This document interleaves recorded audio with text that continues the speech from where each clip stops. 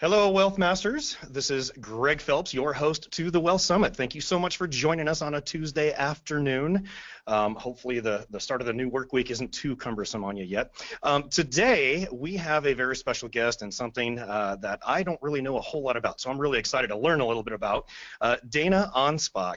Dana is a friend of mine going back several years, and I am thrilled to have you on. Dana, are you ready to help us master our wealth?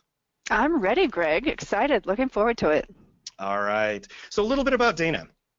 Dana Anspach is the founder and CEO of Sensible Money, LLC. She has been practicing in financial services since 1995. In addition, she's been writing as an expert on retirement-related topics since 2008, spending 8 years at About.com's Money Over 55 expert, which has now evolved into the topic of retirement decisions at The Balance. She is also a contributor to MarketWatch and the author of Control Your Retirement Destiny 2nd Edition and Social Security Sense. Dana is actively involved in the industry, participating in conferences for the Retirement Income Industry Association and working towards expanding the reach of retirement management analyst designation. All Sensible Money financial planners use a planning process designed around the principles and concepts learned in the RMA coursework.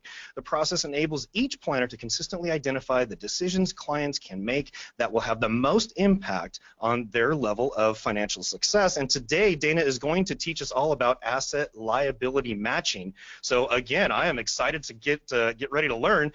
Dana, why don't you go ahead and just fill in any blanks that I might have missed in your bio, and we can get started. Well, that was a lot. I don't know what blanks to fill in there. I think you mentioned I've been practicing since 1995, and my career really evolved into focusing on what we call the decumulation side of planning, starting in about 2003, and then real deep dive in 2009, 2010 when I got the RMA designation. So this is what I love. I love helping people plan for a transition into retirement and structuring portfolios to accomplish regular paychecks. And that's what we're going to talk about today.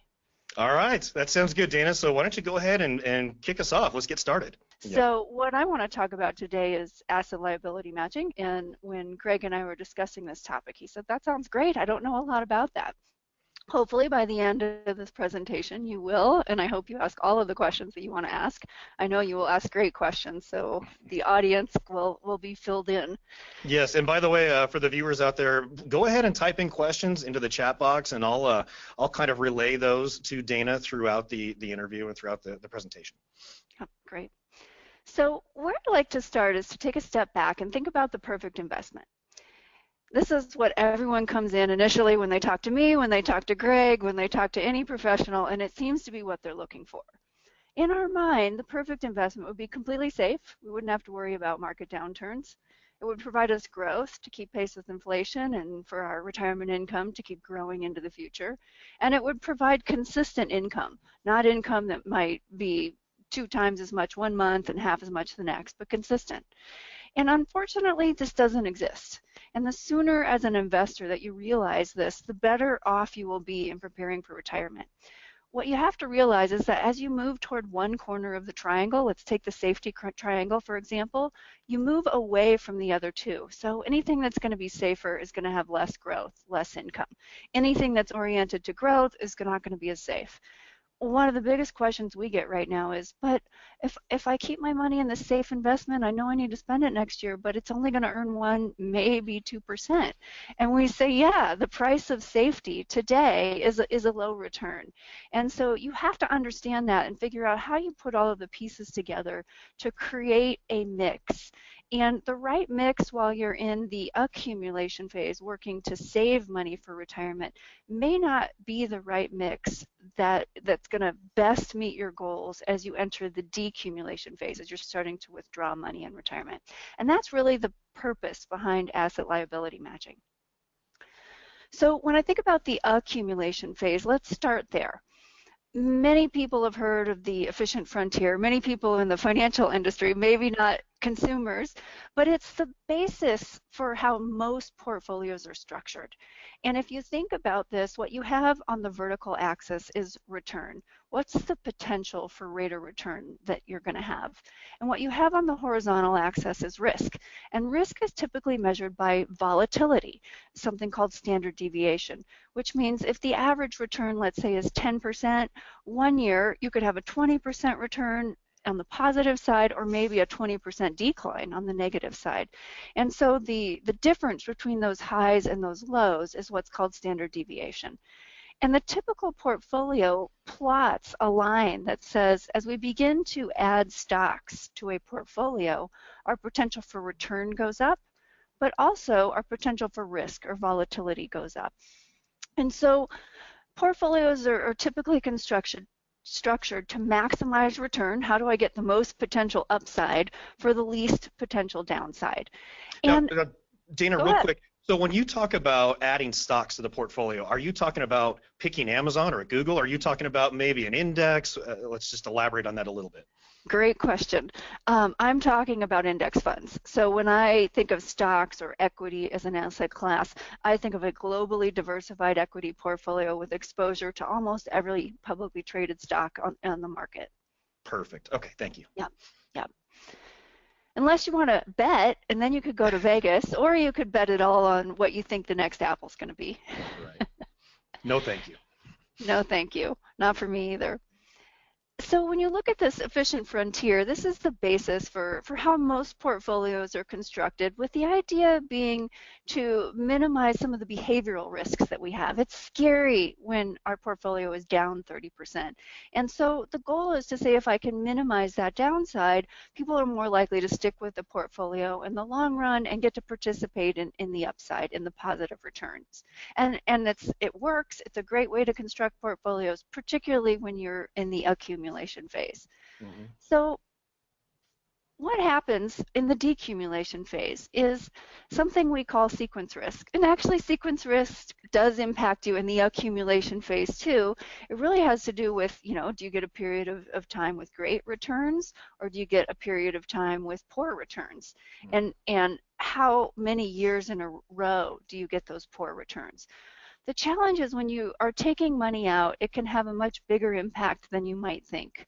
So in this example, we have accumulator A on the left-hand side, and they start with $500,000. And the market goes up 20%, they have 600,000. The next year the market goes down 20%, and they have 480. Now, let's say those returns happen in exactly the opposite order. You start with $500,000. Portfolio goes down 20%, they have 400,000, the portfolio goes up 20%, they have 480. So that volatility, they ended with the same dollar amount, regardless of what order those returns happened in. And that's an accumulator. That's somebody who is not retired, they're still saving, maybe putting money into their 401k or okay. Yeah.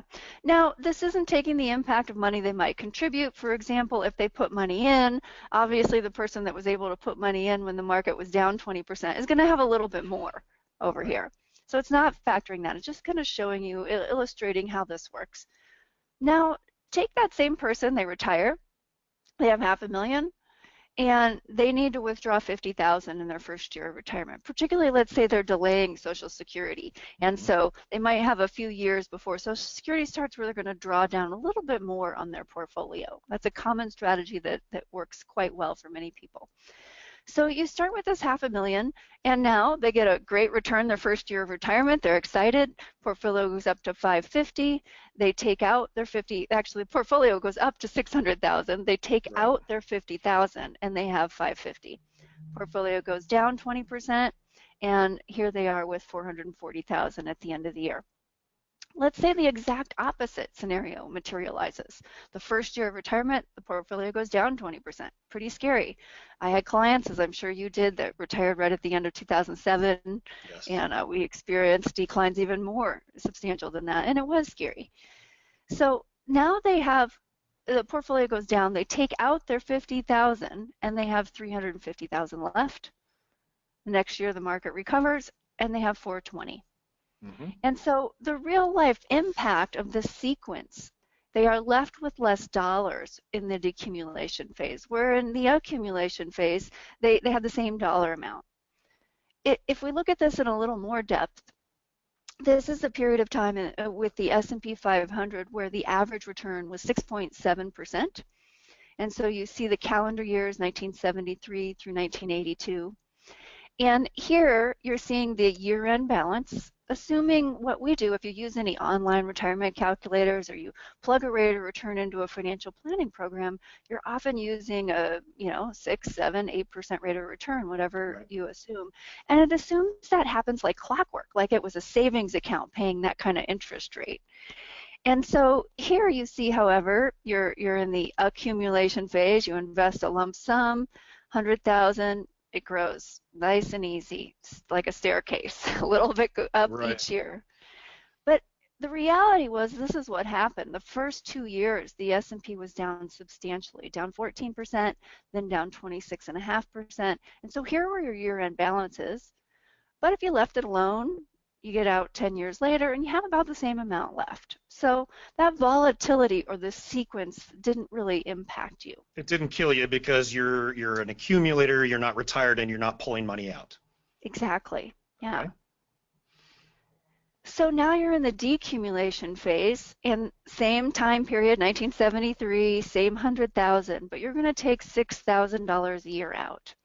So here you show the annual income, or cash flow, I should say, that's withdrawn, because you're going to take that money out regardless of what the portfolio does, regardless of the dividends or the interest. You need $6,000 a year. You still got to pay the rent and put food in the fridge. Right, you do. So here's your end of year balance. You plug this scenario into many of the free calculators that are out there, and you go, okay, end of the year, this works great. At an average return of about 6 to 7%, I should 10 years later still have all my principal and have the cash flow I needed along the way. But in reality, this is what the S&P had actually done, this actual end of year balance. You watched your principal value get cut almost in half. And in order to see even a decent scenario materialize, you had to be able to stick with that portfolio, to stick with the investment. Now, if you did, you got out 10 years later and you have 83,000. So again, a real dollar amount difference in what you might expect you would have if you had just used a very simple online tool to project how this was going to work. Right. And I think you're right. And I think most people, they do their plans, or a lot of people come to us with their spreadsheets and they just assume 5% a year, 7% a year, and they don't think about anything else. And the sequence of returns risk is huge. It is huge. And even if you think mentally or behaviorally, emotionally, you're going to be able to stick with it, I can tell you it is scary when you watch that volatility in real life. And something happens as you transition into retirement. It's the scary part gets bigger than you may think it would be. Suddenly you realize, I have to live off this money the rest of my life, and you worked so hard to save it all that I think it's even harder to stick with the portfolio when those downturns happen, and they will happen. And particularly if you're going for a 6 or 7% rate of return, you are not going to be able to achieve that rate of return unless you are willing to take some volatility risk with your portfolio. Right. So considering all of this, what do you do? How do you invest to help protect against that, to help mentally make sure you stick with the portfolio during those times? Well, the first thing is understanding that you're solving for a different math problem in retirement.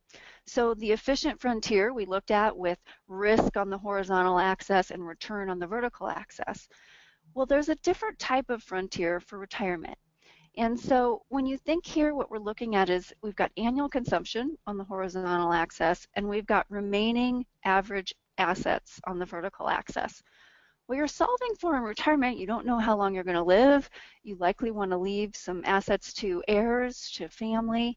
And even if you don't, you want to leave enough that should you live longer than average, you're still going to be okay.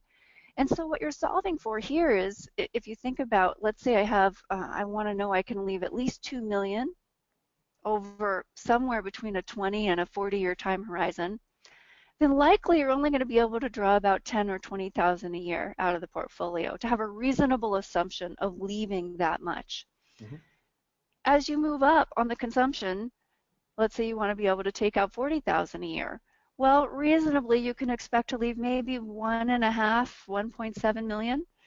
And if you want to say, wait, but I want to spend 60 to 70,000 a year, then you have to be able to realize you're potentially going to spend down some principal, not have as much remaining at end. And so there's a balancing act between remaining assets at the end of each year and the amount that you can take out. And when you start solving for that math problem, it leads to a different way of constructing the portfolio and a different way to measuring your progress along the way. And so if you think about this is a problem that pension plans have had for years. So I don't really want to call it a problem. It is the goal of a pension. Yeah. So a pension has to deliver cash flows to their retirees, and they have to be able to do it like clockwork. And they also have the constraint of if the balance of the pension plan assets at year end is too low, then they're going to have to, the company's going to have to put more money into the plan. And the CFO doesn't like that, and it impacts earnings, and so they have to create a certain way of managing that portfolio so that they can deliver cash flow while also trying to minimize the volatility of the portfolio as a whole. Okay. And asset liability matching is how they do it. It's a concept. I actually went motorcycle riding in Connecticut a few weeks ago with a man who's in charge of one of the Fortune 500 pension plans. Yeah. And so we had some interesting conversations, and I mentioned asset liability matching. It was an easy conversation. He knows exactly what it is. They use it. Of course, it helps make sure that they have the cash to meet the retirement paychecks they need to deliver at the point in time where they need to deliver them. Okay. So stepping back a second, where does asset liability matching fall in the different strategies that you can use for retirement? Here on the left-hand side, we have what's called the total return process. So if I think about that efficient frontier that we looked at initially, the traditional way of managing portfolios, it works great. You have a 60% stock allocation, global diversified index funds, 40% in bond funds, and you just withdraw systematically. And that works well in up markets. It's very scary in the down markets. And so it's not necessarily matching your investments to the point in time where you need the cash flows. You have an income-only approach where some people like to buy all dividend-paying stocks, high-yield investments, closed-end funds, and just use the interest or investment income that's generated. That works great until 2008, 2009 comes along and dividends get slashed and payouts are reduced, and people living on that strategy experienced income volatility. Suddenly the cash flows they were receiving dropped substantially. All right, and I think a lot of times you'll see the principal drop as well in those. That too, at the same time, yes. Mm-hmm. Yeah, and when clients ask me about that strategy, I say, you know what, it's not that it wouldn't work, it's that if I'm responsible for the outcome, I don't want to be that person that has to call my client and say, you know, I'm sorry, you have to take a 50% pay cut this year because these stocks reduced their dividend. And so I don't want that. I want a strategy that allows consistency. You also have the guaranteed income approach. You buy annuities, and that can be expensive, but for some people it is the right way to do it, particularly people who are what we call constrained. They need as much income as possible, and they need to know it's going to last as for a potentially long time. And then you have the asset liability matching approach that we're going to talk about, which is really where you match investments to the point in time where you will need to use them. And so you structure a globally diversified index fund portfolio with individual bonds, or there are also something called Guggenheim bullet shares that are a package of bonds that all mature at a similar date. And so it's a diversified package of bonds then, but it's yet still the maturity is all going to come due around the same time. Yes. Okay. Yeah. And so if you have a large enough portfolio that the bond portion can be fulfilled with individual bonds, I think that's great. And if you have a smaller portfolio, I think Guggenheim bullet shares are a wonderful alternative. All right. So in simple terms, think about a $2 million portfolio, and let's assume we know you're retiring next year and you need $100,000 a year. So this first $100,000 is going to stay in cash, the safety corner. We're just going to send it out, usually in terms of monthly direct deposits, and it's not going to earn very much because we talked about the price of safety is a low return. Mhm. Then you have laddered bonds or CDs or bullet shares maturing 100,000 a year for the next 7 years. So this covers year one, and the next 700,000 covers the subsequent 7 years. Your equity portfolio is where the remainder is. And I want to think of this as, let's say we're a year in and you spent this 100,000 and this bond matured and it poured into cash. So Mm. now you have 6 more years of bonds out here, 1 year of cash. And so what do you do with the equity side? Well, if the returns were good, I think of this bucket as literally overflowing. And so you measure that and you take the overflow and you add on to a bond that's actually going to be out here maturing in year 7. Because we spent the first year, the second year the bond matured and poured into cash. So we have 6 more years worth of bonds maturing. And so when equity overflows, we buy year 7. Almost like laying a railroad track as you're driving down it. So when you say if you had a good experience in the markets for that period of time, is that like, let's just say the projections for larger U.S. companies are 7%. So you're saying that you got your 7% or more, that type of approach? You could measure it that way. We have a different way of measuring it that I will show you called a critical path. And the critical path is a trademark term through an investment partner that we work with called Asset-Liability. So they run this portfolio strategy for us and they produce the critical path reports. And what I like about it is it's measured against your goals, your being the client. So these arbitrary benchmarks, measuring my progress against the S&P 500, well, that doesn't make as much sense to me personally as measuring against my path. What do I need to have remaining each year to know my plan's going to work through life expectancy and beyond? And so I'll show you how that works and then how you make those decisions. And so when you're ahead of path, we think of it as this, which is usually when the equity market is up. Then this portfolio is overflowing and you are adding on to your bond ladder. This bond ladder can get out as long as 12, 15 years.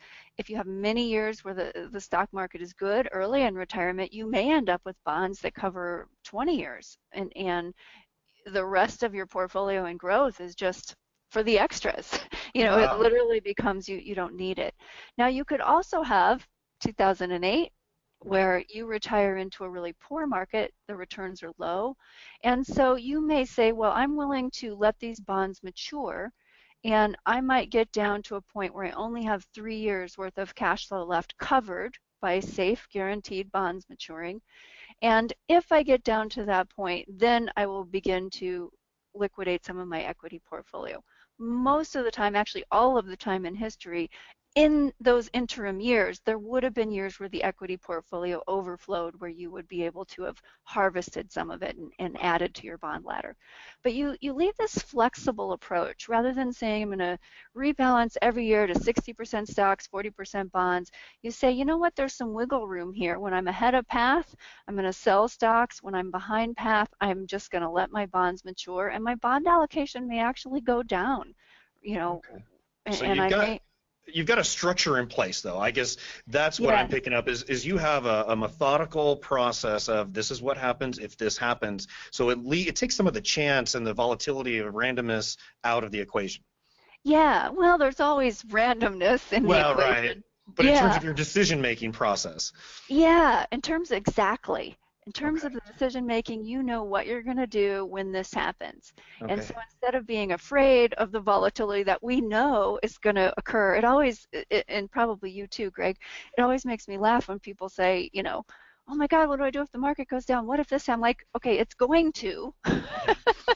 Number one, get that what if out of your head because it's a natural occurrence. Yeah, if you're invested in stocks, you should expect it. It's going to happen. You should know ahead of time what's your plan. How are you going to handle it? And as long as you have that in your mind, I was just reading it was a book on habits, The Power of Habits. Have you read this book?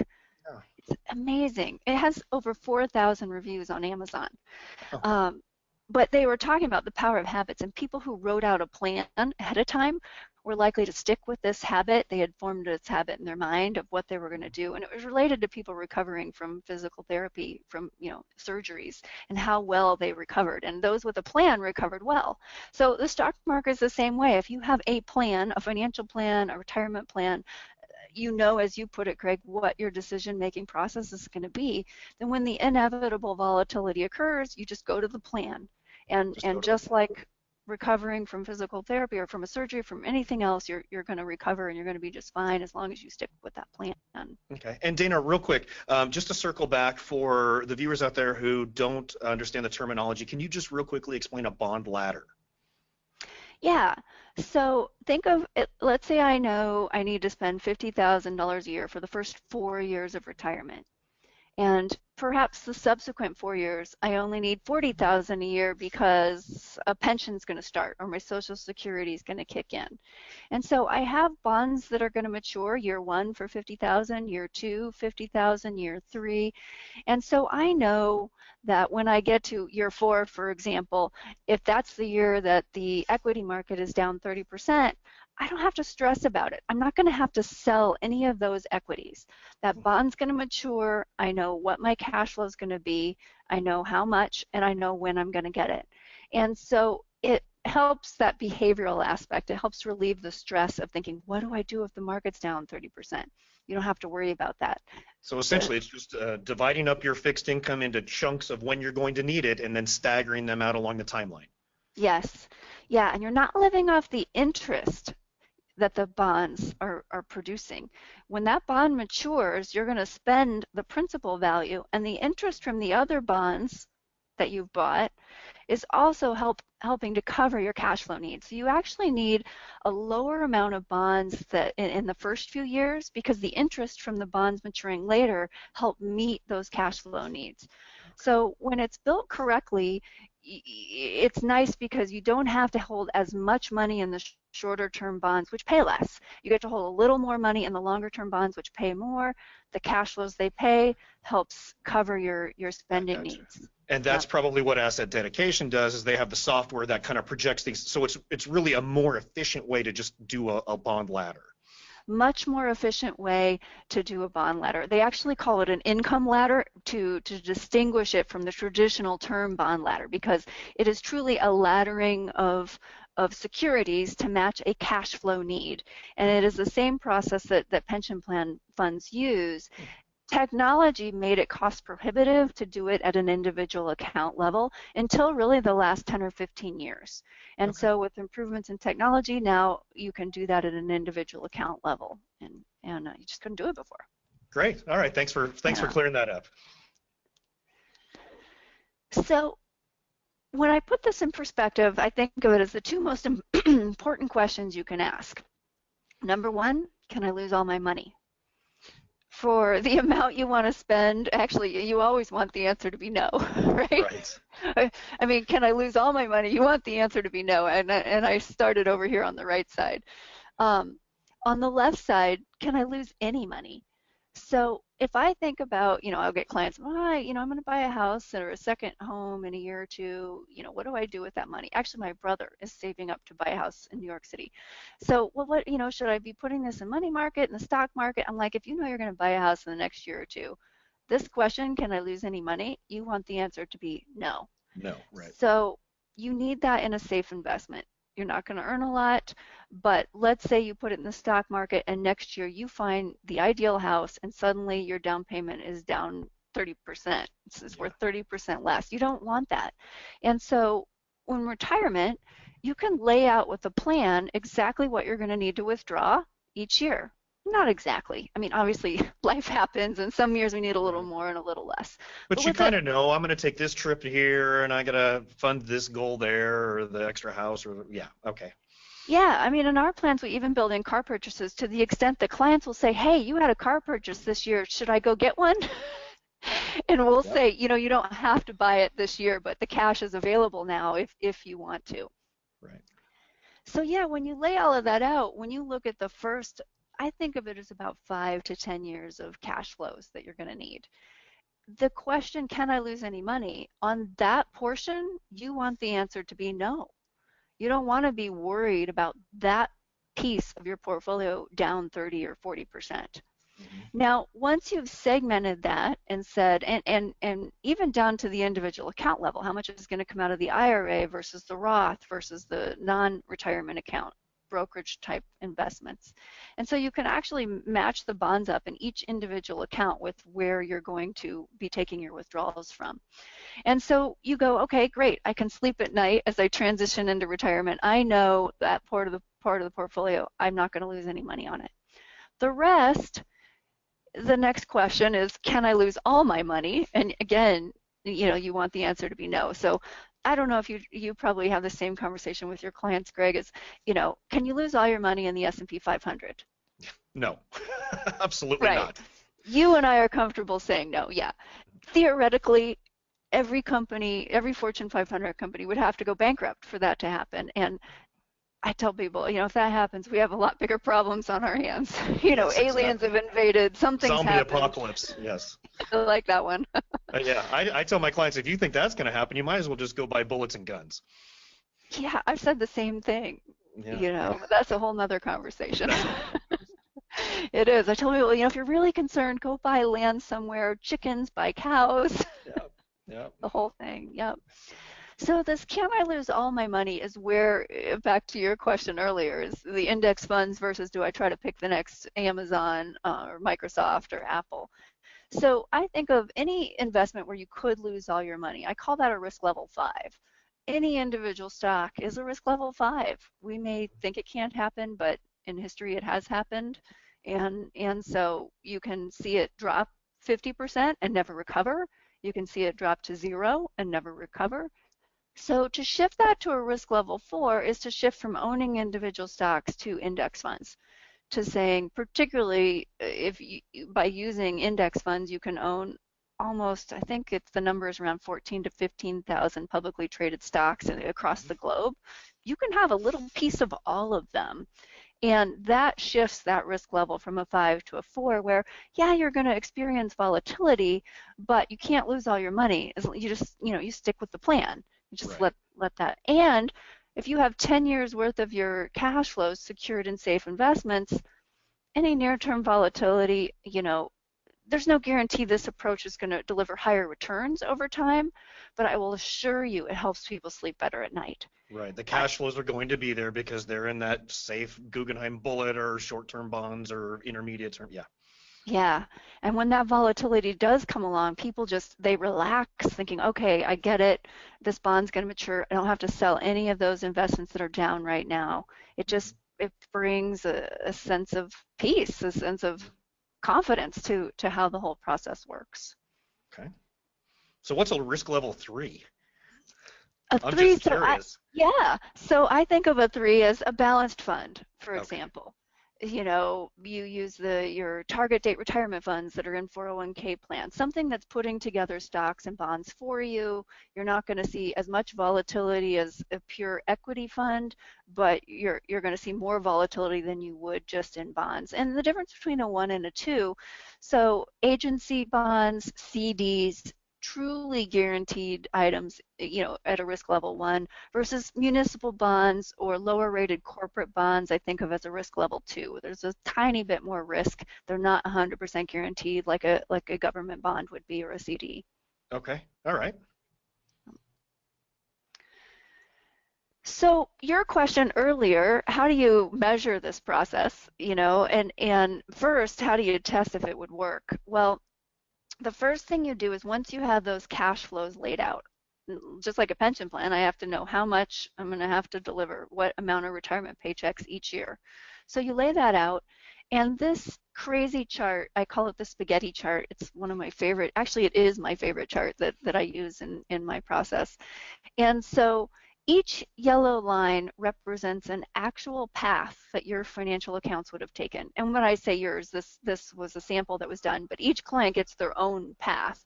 Mm-hmm. And so the dotted white lines represent the minimum amount that you have to have remaining at each year end for your plan to work through the time horizon. So this was about a 0 to about a 35-year path. And it's hard to read the numbers, but this is about a little over $1 million portfolio. And so what happens is we send asset data dedication the cash flows. Here's the starting balance. Here's the amount of withdrawals I'm going to need to take each year. And they calculate out this minimum remaining assets, and it always comes with a minimum return. What's the minimum required return that it would take for this to work?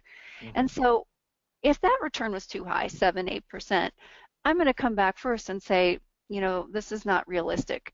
And so, only in the very best times in history would this have worked. We really need to come back and readjust your spending, work a year or two longer. We need to make some kind of an adjustment. Okay. Assuming the return is realistic, 5% or less, I like to see them come back around 3 or 4%. We've had clients come back with negative required returns, and meaning they have more money than they need, and we're trying to say it's actually not. It's usually that they're very conservative spenders. They're frugal. It's not that they have so much. They spend very little. And you tell them to go spend more? Yeah. Tell them you can't take it with you. Yeah. Right. Take the family on a trip to Disney or an Alaska cruise or something that's going to create memories that you will all have. I'm with you on that. Yep. Yeah. So each one of these yellow spaghetti lines is a random return? Not random. So it is the actual path the financial accounts would have taken starting in 1927. So some of these lines that finish down here in the red, right? So from a historical audit perspective, it's saying we're going to go back in time and look at if you had retired in 1927, 1928, 1929, and each year so on forward, each year where we had a 30+ year time period to test, and see what actually would have happened. We would have invested this way. We would have used, a bond or income ladder. We would have used index funds. We would have taken out the exact amounts we said. And you see most of these lines, yellow lines, finish up here far off the top of the chart with a lot more money than what the person retired with. A few of the lines skim or follow closely along the path. And then you have this handful down here, which were primarily Great Depression era, where the yellow line essentially says, okay, your plan wouldn't have worked if we got that particular scenario. Gotcha. Now, in those, we assumed that you just kept right on spending. So Great Depression comes along, you just keep buying your automobiles, taking your vacations, you don't, I know in 2008, 2009, even those clients who had the means cut back. Yeah. In reality, you're going to have those tough discussions with clients. Yeah. Now, in reality also, there's some smaller changes that can be made. So as you're measuring along the way, and you do measure along the way, so this is a client about 1 year into their path, and you start to see that yellow line. You only get one yellow line. So you have the historical audit, right, that shows you all of the things that would have happened in history, but in real life, we hit one yellow line. And so here we're measuring against their path. They are 102,000 ahead of path. And so in that case, we, as you described it, their equity bucket was overflowing, so we decided to sell stocks and add on to their income ladder. Now, if they end up in the pink, and we've had that, what we call the, not quite the danger zone, we recommend first, let's forego any inflation raise. So what I typically do, someone's in the green, we go, great, we're going to sell some stocks and we're going to add to your income ladder. In addition, do you need a raise? We took out, if we want to increase your withdrawals by 3%. Now, honestly, most people say, no, I'm really comfortable. The lower income clients feel the constraint of inflation a little more. Increases in gas, healthcare, those things have a bigger impact on someone with less to spend. And so often if we can even increase their withdrawal by $200 or $300 a month, they go, yeah, that would be great. So in these years where we're ahead of path, we know the portfolio has room to support that, no problem, let's give you a raise. In the years we're in the danger zone, we say no raises. We're just, whatever you took out last year, let's leave it the same, not do any extras, and we're just going to wait till we're back in the green. And every client we've had, even those that retired at the worst, one of the worst times in recent history, 2007, are fine. They are fine as long as they followed this process and stuck with the plan.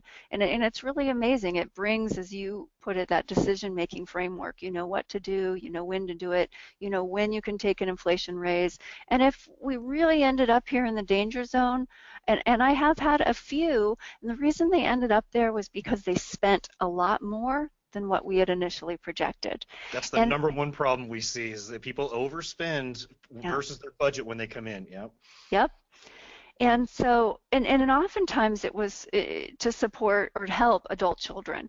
So adult children going through a divorce or through a period of unemployment, and naturally someone's going to say, you know what, I'll figure it out. I need to help my children.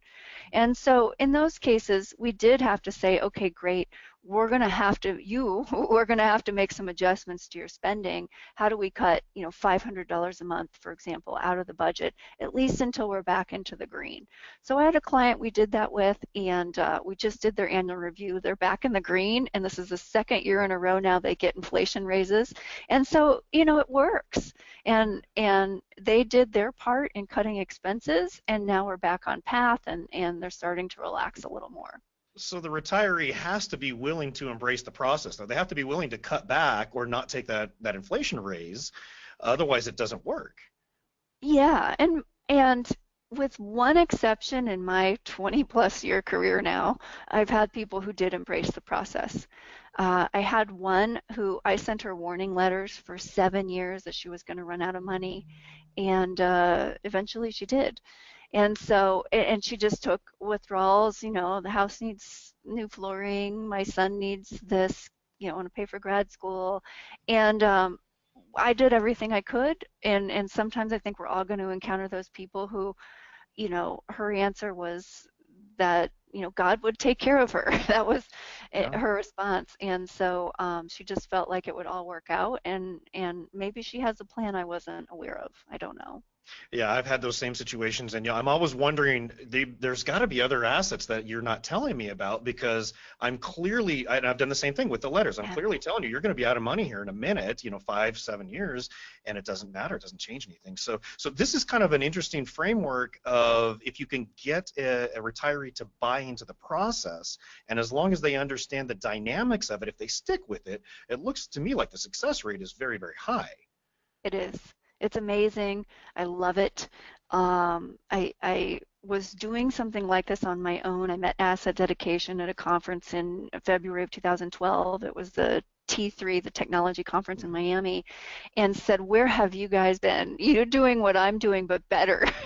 And so we outsourced our portfolio construction to them. So we design the plan and we control the process. It's like they're an employee, actually. It's like hiring a portfolio manager where we go, here's the parameters. And you think of it as an architect. We're the architects, and here are the builders. So we lay everything out. We ask them to construct it. And Dana, do you do this, for example, do you do it just once a year, maybe at the Q4 up for the next year? How often do you do this? So the critical path is measured once a year. And I remember I had a client who, after about 6 months, he said, when do I get that green and red graph? He remembered it. Oh. And I said, whoa, we got another 6 months. We can see it, and so we do use it to make mid-year portfolio decisions, dividends and interest. Sometimes we have what we call excess cash that accumulates in the portfolio that is more cash than what the client needs for their current spending needs. And so then if they're ahead of path, we typically put that and add it to the income ladder. If they're behind path, we add it to growth. So we do use it in interim when we get cash alerts, but for the most part, we like to measure once a year, and it's one of 3 what we call retirement readiness tests that we use, this being the primary one once someone's already retired. Okay, interesting. So you do it once a year, and that kind of sets you up for the next 12 months, and then you just repeat the cycle. Yeah. Then you just, every year you're measuring, and you have a sense of what direction you're headed. So you capture this, what we call fundedness level down here. And so if we have several years in a row where the equity portion of the portfolio is strong and spending stays in line, we end up more and more in the green. And there is a point where we start talking about extras. So as you saw on the previous slide, this is the majority of the scenarios. So if we look at history as any indication of what the future might look like, the majority of the time someone's path is going to look like one of these yellow lines up here in the green. And so as we get 5 or 6 years into the plan, we have clients now sitting way up here where we get to have some really fun discussions about, I have clients who go, but I have everything I need. And so we get to say, well, start to think about, are there some areas where you've really wanted to make a difference in the world, whether it be charitable, you can contribute to organizations that really matter to you, or whether it be with your family, some things that you'd like to be able to see them do while you're here to enjoy what they get out of the process. So those are great conversations to have, and this tool allows us to have that conversation in a very objective fashion. Right. Well, I can imagine as a retiree sitting there and looking at this yellow line thinking, hey, I'm pretty high above this white dotted line or the danger zone. Yeah, let's spend a little bit more and enjoy it. Yeah. Yeah, and if they're just skimming the line, we might say, well, let's not quite yet. Let's Right. take the inflation raise and see how things go. But once they get up here, yeah, it's let's figure out, a higher monthly amount we send you or some extras that you really think would matter to you. Gotcha. I think the key is the ongoing process. It's just a continual cycle. I think a lot of people come in and they say, hey, I got a plan, great, I'm good. But everything changes when they walk out the door. The market does this, tax law changes there. And again, here, if you've got better or worse returns than you might have planned for, you plan for 6.7% every year, it doesn't work like that. So here you've got to make some adjustments.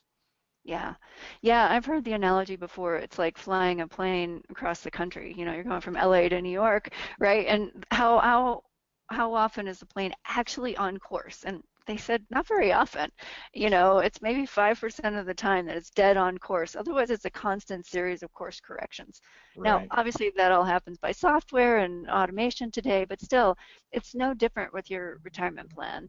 Yeah. We don't know what healthcare is going to do. We don't know the exact amount that your premiums might go up next year. I just got a call from a client earlier today whose long-term care premiums went up 30%. And Oh, so we had some discussions around, that, and his number one question was, can I afford it? If I want to keep the policy as it is, well, they are far ahead of path. And so the answer was easy. Absolutely. You're not even going to notice if that is going to bring peace of mind. Just keep the policy as it is. gotcha. And so again, it brings this process to how you make those decisions. Okay. So in summary, I think of it as, we talked about different ways that you could construct retirement portfolios. Total return, you could have asset liability matching, you can have guaranteed income through annuities, you can live off the interest. And there's not a right or wrong. There is as a professional, if we're going to be responsible for the paycheck, and that's how we look at our clients, we are responsible for delivering that paycheck that's laid out in the plan. There's only one way we're going to do it, because all of our research and testing shows it's the most reliable and economical way to do it. So I think of it as, you have the fancy sports car over here, those are the people who like to pick the individual stocks, and they want the fancy portfolio strategy, private equity investments, flashy, something that's going to get me the best returns. Right. To me, that's not the process I want in retirement. I don't want to try to beat the market, time the market. It's too much risk.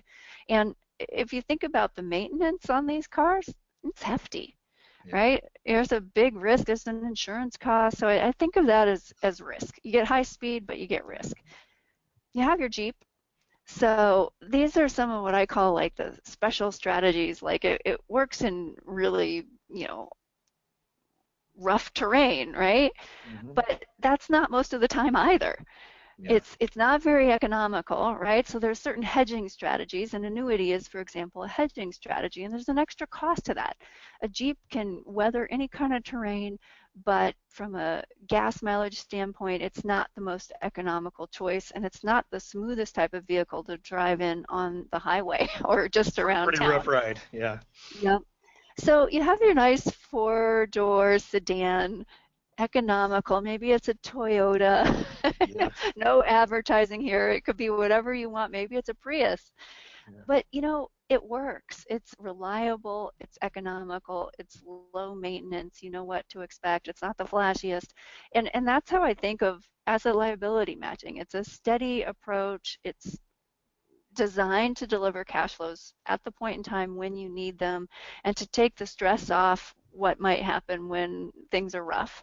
And it might not be the number one go-to approach for a lot of people, but in retirement for us, it's the only type of approach that we'll use because of that reliability factor, that, as you put it, that process that I can use, and knowing where I'm going to go, how much it's going to cost, how I'm going to get there, and not having much deviation from that. Right.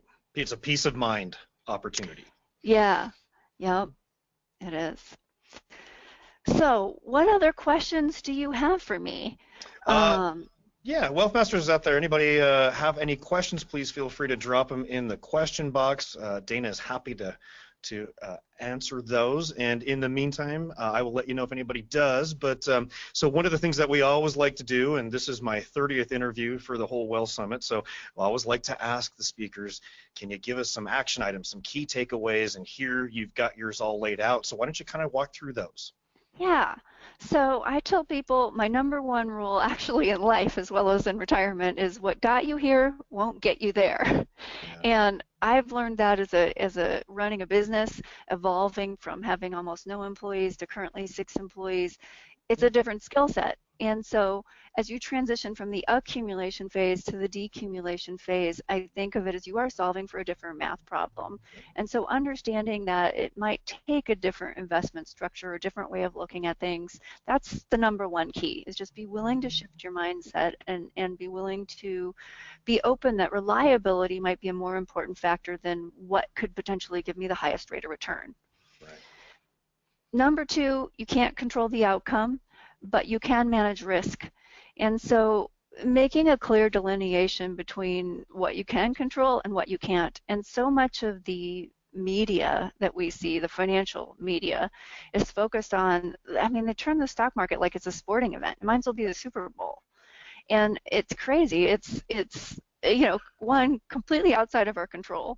And so understanding and being able to take a step back, that's why I like that historical audit, that long-term perspective, and saying, okay, wait a second, all of those ups and downs, that's normal. It's nothing sensational. It doesn't need to be reported on that way. I don't need to look at it that way. I know my decision making ahead of time. I know the risks that are going to come along, and I know how to manage them. Okay. That's number two. And number three, deciding which risks you want to hedge. And so there are different, so many people look at things like delaying Social Security or buying an annuity as, well, how does that compare rate of return wise? Well, it's not all about rate of return. So delaying Social Security or buying an annuity hedges a particular risk of living a lot longer than average. And so the rate of return on that decision actually gets quite high if you are one of those people who lives longer than average. And so you can make those decisions not because of rate of return, though, because you're hedging that risk of living long. Mm-hmm. So using an asset liability matching process hedges this risk that the market's down 30 or 40% the first year or two of retirement, and you make a horrible decision because you're scared and you cash in. And so it helps lay out a plan or a process to follow. And so understanding you have like that perfect investment triangle, you have to decide which of those risks you're going to manage, and then your portfolio can be structured around that. But you can't have it all. You do have to decide. There isn't this perfect solution out there. So Dana, would you say that this is the type of strategy that is most important or more important early on in retirement, or maybe even, actually, I suppose you would probably start this 7 years before retirement, right? My ideal time to start is about 10 years prior to retirement. Okay. Where most people start is a year or two. So the common inquiry is, I'm retiring next year, and in many cases, in my case, I read your book a few years ago, and so, but people wait. They don't feel comfortable for some reason, starting that planning process farther out. But any time is better than never. Right. And you would follow this all the way through till death, I assume. Yeah, absolutely. Now, there could be a time where someone is so overfunded where it's not necessary to follow that process anymore. But I don't, if it works and it's been effective, why would you change it? abandon it? Yeah, why would you change it? Yeah. Okay. So Dana, can you please share with everybody out there watching how they can reach out to you if they have more questions, if they need some more insight, or that would be great. Yeah, and you're going to laugh at this, but I forgot to put my email and number, so I'm going to tell you what it is. And let's see if unless I could edit the PDF on the fly. Dana, I think that's my fault, but I will tell you this: it will be on your speaker page, so don't worry about it. Oh, wow. We've got all of your information up there, and we can add in social links as well. No problem. Yeah, my editing skills probably aren't going to work on the fly, but the email is dana@sensiblemoney.com. So Okay. pretty easy, DANA@sensiblemoney.com, and that is the most effective way to reach me. The other way would be our website, sensiblemoney.com. Phone, I am in meetings and things like this, so it's challenging. Our main office number is 480-719-7290, and as I mentioned, our website has a lot of information. I also have a book, Control Your Retirement Destiny. It's on Amazon. You can look up my name on Amazon and you'll find it, and that can be a great way just to learn more about what we do and our process. Okay. And Dana, do you work, I guess, with just people, because you're in the Phoenix greater area, I suppose? Do you work with people mostly there, or do you also do kind of a virtual thing? We work with people all over the country. So I have 3 planners that work for me. One is in Massachusetts, one's here in Phoenix, one is in California. I have another employee in Oregon. The rest of us are here in Arizona. So it's truly, for us, we have clients across the country that we have actually never met face to face. It's all done virtually like we're doing this. And they're seeking a certain type of expertise, which I think is why they're comfortable working with us that way. Okay. Well, Wealth Masters, thank you so much for joining Dana Anspach and myself. And as she mentioned, check out sensiblemoney.com and her book on Amazon as well. I have followed you for years on everything that you put out, your social media and your writing for about.com, and so I've always been very impressed with what you do there. If you have any questions, reach out to her directly. I always say either you control your money or it will control you. And again, this is just another process for you to put into place that will help protect you in the bad markets. And I think that probably the biggest thing, because we kind of specialize in that retirement decumulation genre as well, I think probably the biggest thing that clients, retirees would get from this as well is that peace of mind, that sleep at night. I don't have to worry. Go ahead, market, do what you're going to do. I can't control you. I know that I have my money set up and my cash flows, and I don't have to worry about it. Yeah, absolutely. Yeah. All right, Dana, thank you so much. Thank you, Greg. It's been wonderful. I appreciate you putting this together. All right, this is Greg Phelps, your host of the Wealth Summit, signing off.